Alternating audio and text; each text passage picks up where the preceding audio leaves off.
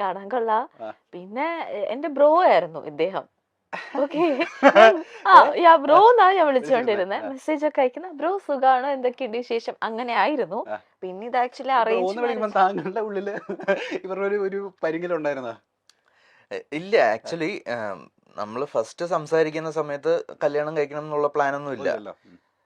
നമ്മള് എന്താ പറയുക, ഒരു ഫംഗ്ഷനിൽ വെച്ച് കാണുന്നു, പരിചയപ്പെടുന്നു, ഓക്കെ. അതിനുശേഷം പിന്നെ വല്ലപ്പോഴും ഹായ് ബൈ മെസ്സേജ് അയക്കും, അത്രേ ഉള്ളൂ. അപ്പൊ ആ സമയത്ത് എനിക്ക് വലിയ ബ്രോ എന്ന് വിളിക്കുന്നത് ഓൾമോസ്റ്റ് എല്ലാവരും അങ്ങനെയാണ് വിളിക്കാറ്.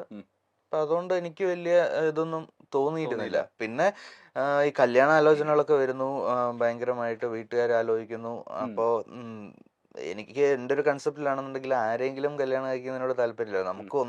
നമുക്ക് അത്യാവശ്യം കുറച്ചെങ്കിലും അറിയാവുന്ന ഒരാളായിരിക്കണം, എന്നാലേ അവരുമായിട്ട് നമ്മൾ ഒത്തുപോകുന്നു നമുക്ക് ജഡ്ജ് ചെയ്യാൻ പറ്റുള്ളൂ. അതോടൊപ്പം തന്നെ അത്യാവശ്യം കുറച്ച് ടാലന്റ് ഉള്ള ഒരാളായിരിക്കണം എന്ന് എനിക്ക് നിർബന്ധമുണ്ട്. അതായത് ഇൻഡസ്ട്രിയിൽ നിന്ന് തന്നെ ഒരു ആളായി കഴിഞ്ഞാൽ നല്ലതെന്നൊരു തോന്നലുണ്ടായിരുന്നു. പക്ഷെ ആ തോന്നൽ ആദ്യം തന്നെ അടിച്ചമർത്തപ്പെടുകയായിരുന്നു. എന്റെ കൂടെയുള്ള കൊളീഗ്സ് എല്ലാവരും പറഞ്ഞു, ഒരിക്കലും നീ ഇൻഡസ്ട്രിയിൽ നിന്ന് ഒരു പെൺകുട്ടീനെ കല്യാണം കഴിക്കരുത്. കല്യാണം കഴിച്ച് കഴിഞ്ഞാൽ ഈഗോ ഉണ്ടാവും, ഡിവോഴ്സ് ആവും. അതുകൊണ്ട് ഡിവോഴ്സ് ആണ് അതിന്റെ അവസാനം, അല്ലാതെ വേറെ ഒന്നും നോക്കേണ്ട ആവശ്യമില്ല. നീ പുറത്തുനിന്ന് ഒരു കുട്ടീനെ നോക്കുന്നതാണ് നല്ലത്. ഓൾമോസ്റ്റ് എല്ലാവരും അത് തന്നെയാണ് പറയാറ്. കാര്യം എന്ന് വെച്ച് കഴിഞ്ഞാല് കാണുന്ന ന്യൂസസും എല്ലാം അതുപോലെ ആയതുകൊണ്ട് എല്ലായിടത്തും ഈ ഡിവോഴ്സ് ഉണ്ട്. പക്ഷെ ഇത് ഇൻഡസ്ട്രിയിൽ നിൽക്കുന്ന ആൾക്കാർ കുറച്ചൊരു ഫെയിം ഉള്ളത് കൊണ്ട് ബാക്കിയുള്ളവരിലേക്ക് അറിയുന്നു, അത്രേ ഉള്ളൂ വ്യത്യാസം. അപ്പൊ എനിക്ക് ആ കൺസെപ്റ്റിനോട് എനിക്ക് യോജിക്കാൻ പറ്റിയിട്ടില്ല. നമുക്ക് വേവ് ലെങ്ത് ഉള്ള ഒരാളെ കിട്ടിക്കഴിഞ്ഞു കഴിഞ്ഞാൽ അയാൾ സെയിം ഇൻഡസ്ട്രി ആണോ അല്ലയോ എന്നുള്ളത് ബാധകമല്ല. ഈഗോ ഒക്കെ നമുക്ക് അഡ്ജസ്റ്റ് ചെയ്ത് കൊണ്ടുപോകുന്നതേ ഉള്ളൂ. അപ്പൊ അതുപോലെ തന്നെ ഇങ്ങനെ സംഭവിച്ചു പോകുന്നുണ്ട്. ഇപ്പൊ മൃദുല, ഞാൻ ചോദിക്കട്ടെ, ഇപ്പൊ ബിഫോർ ആൻഡ് ആഫ്റ്റർ ഇംപ്രഷൻ വന്ന മാറ്റം എന്താണെന്ന് ചോദിച്ചാൽ എന്താ പറയാ? അതായത് മുന്നേ നമ്മൾ വിചാരിച്ചു വെച്ചിരുന്ന കുറെ കാര്യങ്ങൾ ഉണ്ടായിരിക്കുമല്ലോ കല്യാണത്തിന് മുൻപ്. കല്യാണത്തിന് ശേഷം ഉണ്ടായ ഇംപ്രഷൻ എന്തൊക്കെയാ? മുന്നേ ഉണ്ടായിരുന്ന ഇംപ്രഷൻ എന്തായിരുന്നു? ലൈക്ക് ആളെ പറ്റിയിട്ടാണോ? ആളെ പറ്റിയിട്ട് ഇതേപോലെ ഈ ജാട എന്നുള്ളത് ജാടയാണല്ലോ എന്നുള്ളൊരു തോന്നലുണ്ടായിരുന്നു.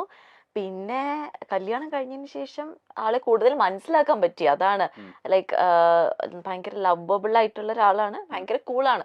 എത്ര ദേഷ്യപ്പെട്ടാലും തിരിച്ച് റിയാക്ട് ചെയ്യില്ല. സോ അതുകൊണ്ട് എനിക്ക് പറയാം, എന്തും ഭയങ്കര കൂളായിട്ട് ഇതങ്ങ് എടുക്കും. അതൊക്കെ തന്നെയാണ് ആക്ച്വലി കൂടുതൽ മനസ്സിലാക്കാൻ പറ്റി. മറ്റേ ജാഡ എന്നുള്ള ആ ഒരു ഇംപ്രഷൻ മാറിയിട്ട് അതല്ല ക്യാരക്ടർ എന്നുള്ളത് മനസ്സിലായി. അണ്ടർസ്റ്റാൻഡിങ് പീപ്പിൾ ആയിരുന്നു. ഇതിപ്പോ മൃദുലേനെ ഈ പറയുന്ന പോലെ യുവേനെ നമുക്ക് എല്ലാവർക്കും ഇഷ്ടമായി തുടങ്ങിയതുണ്ടല്ലോ സ്റ്റാർ മാജിക്കിന് വന്നതിന് ശേഷമാണ്. നിങ്ങളുടെ പേഴ്സണാലിറ്റി എന്താണെന്നും ഒക്കെ മനസ്സിലായത് നമുക്ക് അങ്ങനെ. നിങ്ങളുടെ ടാലന്റ് എന്താണെന്നും ഞാൻ ഇപ്പൊ യൂട്യൂബിൽ നോക്കിയപ്പോൾ ഒരു വീഡിയോന്, ഒരു പെർട്ടിക്കുലർ വീഡിയോന്, മൃദുലയുടെ പെർഫോമൻസ് ഉള്ള ഒരു വീഡിയോന് 8.3 മില്യൺ വ്യൂസ് പോയേക്കുന്ന വീഡിയോ. അതായത് എനിക്ക് തോന്നുന്നു ഏറ്റവും കൂടുതൽ വ്യൂസ് പോയത് സ്റ്റാർ മാജിക്കിന്റെ ആ പെർട്ടിക്കുലർ വീഡിയോനായിരിക്കും.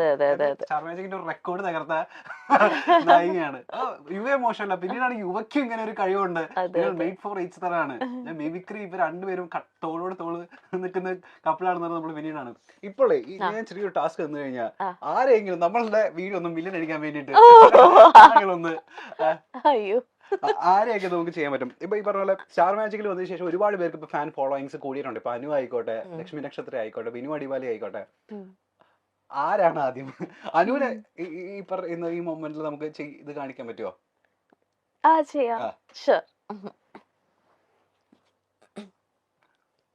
ഇത് ഞാൻ എന്തിരടി നീ പറയണത്? കുറെ നേരമായിട്ട് ഞാൻ നോക്കുന്നുണ്ടടി. നീ നീ നീ ഇത് കണ്ട, ഈ ഫോട്ടോ നീ കണ്ട? അയ്യോ എന്ത് നല്ല രസമുണ്ടല്ലേ, ഞാൻ അപ്പോഴേ പറഞ്ഞതാണ്. ഓ എനിക്ക് വയ്യ. എന്നെ കൊള്ളാമോടി, നീ പറ, ഈ കുടുംബ കൊള്ളാമോടി, പറയടി. കുഴപ്പമൊന്നും ഇല്ലല്ലോ അല്ലേ? ഇതെന്തോന്ന്, നിന്റെ ലിപ്സ്റ്റിക് എന്തോന്ന്? കൊള്ളില്ല. കൊള്ളാല്ലേ? ഏതാണ്ട് ഇതുപോലെയൊക്കെ തന്നെയാണ് ഫ്രെയിമിൽ നമ്മൾ അനുവിനെ കാണുന്നതല്ലേ? അനു ഈ പറഞ്ഞ ഇതൊന്നുമില്ല, ഫേക്ക്നെസ് ഒന്നുമില്ല. ആളെങ്ങനെയാണോ അതുപോലെ തന്നെ. ചേട്ടന്റെ അങ്ങോട്ടേക്ക് ഒന്ന് പ്ലേറ്റ് മാറ്റാണ്.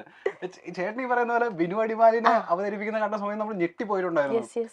കോളേജിലെ അത്യാവശ്യം മിമിക്രി ഒക്കെ ചെയ്യുന്ന ആളായിരുന്നോ? കോളേജിൽ ഡിഗ്രിക്ക് പഠിച്ചുകൊണ്ടിരുന്ന സമയത്ത് ഇതേപോലെ കോമ്പറ്റീഷൻ, കോളേജ് ലെവലിലുള്ള കോമ്പറ്റീഷൻ, ആർട്സ് ഫെസ്റ്റിനൊക്കെ ചെയ്യുമായിരുന്നു. പ്രൈസ് വാങ്ങിക്കുമായിരുന്നു. ഇതറിയായിരുന്നോ? കല്യാണത്തിന് മുന്നേ അന്ന് അവതരിപ്പിച്ചപ്പോഴാണ് ആദ്യമായിട്ട് അറിയുന്നത്.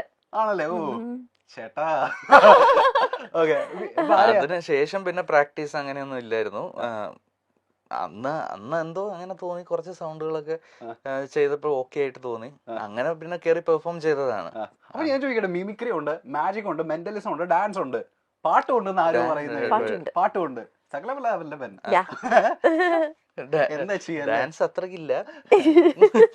റീൽസിലൊക്കെ നമ്മള് ഡാൻസ് കളിച്ച് ഏതൊരു കൊറിയോഗ്രാഫറിന്റെ കൂടെയുള്ള ഡാൻസ് ഒക്കെ നമ്മൾ കണ്ടിരുന്നു റീൽസില്. ഒന്നും മോശമല്ല. ഇപ്പൊ നമ്മൾ ആരെയാ ചെയ്യാൻ പോകുന്നത്? അപ്പൊ ബിനിച്ചേട്ടന് ചെയ്യാം, നന്നായിട്ട് ചെയ്യും. ബിനിച്ചേട്ടൻ, നോബിച്ചേട്ടൻ, അവരൊക്കെ imitate ചെയ്യും. അത് മതി. ഓക്കെ ജസ്റ്റ് ഒന്ന് ട്രൈ ചെയ്ത് നോക്കാം. അത്രേ ഉള്ളൂ. എന്റെ പൊന്നടാവേ, ഞാനവിടെ വന്ന് ഇരിക്കുമ്പോണ്ടല്ലോ ഇന്റർവ്യൂവിന്, എന്റെ എതിരെ എന്നെ പോലെ വേറൊരുത്തൻ. അപ്പൊ ഞാൻ ആലോചിക്കുക, ഇവനിത് ഇവിടെ നിന്നാടാ എന്റെ പൊന്നെ വന്നതെന്ന്. ഇങ്ങനെയൊക്കെ പറഞ്ഞിട്ട് പരിപാടിയും ചെയ്തിട്ട് പോവാനായിട്ട് പറ്റുമോ? നീക്കൊന്ന് ആലോചിച്ച് നോക്കിയത്, ഇവിടെ നിന്ന് എന്താ സംഭവം നടക്കണേന്ന്. എന്നെ പൊന്നടവേ, ഒരു രക്ഷയില്ല. ബിനുചേട്ടന് മുമ്പില് പെർഫോം ചെയ്തിട്ടില്ലേ? ബിനുചേട്ടൻ എല്ലാവരും ഈ പറയുന്ന പോലെ കോമഡി എടുത്തിട്ട് മറ്റേ ഇൻസൾട്ട് ചെയ്യുന്ന ആളാണല്ലോ. ഈ ചേട്ടന്റെ മുൻപില് ഈ സാധനം അവതരിപ്പിച്ച സമയത്ത് ചേട്ടന്റെ റെസ്പോൺസ് എന്തായിരുന്നു? പുള്ളി ഡയറക്റ്റ് ആയിട്ട് കേട്ടിട്ടില്ലെന്ന് തോന്നുന്നു. പുള്ളി ഇല്ലാത്തൊരു എപ്പിസോഡിലായിരുന്നു ഞാൻ പെർഫോം ചെയ്തത്. ചേട്ടന്റെ റെസ്പോൺസ് അതിനുശേഷം പിന്നെ പുള്ളി എന്ന് പറഞ്ഞാ കൊള്ളായിരുന്നു കേട്ടോ. ഇനി ആരാ നോബി ചേട്ടൻ ചെയ്യാൻ പറ്റുമോ? നോബി ചേട്ടൻ്റെ എനിക്ക് ഓർമ്മയില്ല, മൈൻഡിൽ നിന്ന് പോയി ആ സാധനം. വേറെ ആരെങ്കിലും ചെയ്യുമ്പോ?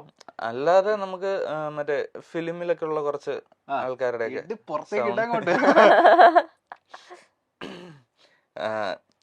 ഞാൻ സ്ഥിരം പണ്ട് കോളേജിൽ ചെയ്തിട്ടുണ്ടിരുന്ന സാധനങ്ങളൊക്കെ തന്നെ. കൊച്ചിൻ ഹനീഫയും ജനാർദ്ദനും തമ്മിലുള്ളൊരു ഡയലോഗ്, അർത്ഥം ഷക്കീല പെറ്റി ഇരട്ടാന്ന് കേട്ടത് പോയാലോ? ഓ നീ തങ്കപ്പനല്ലടാ പൊന്നപ്പനാ.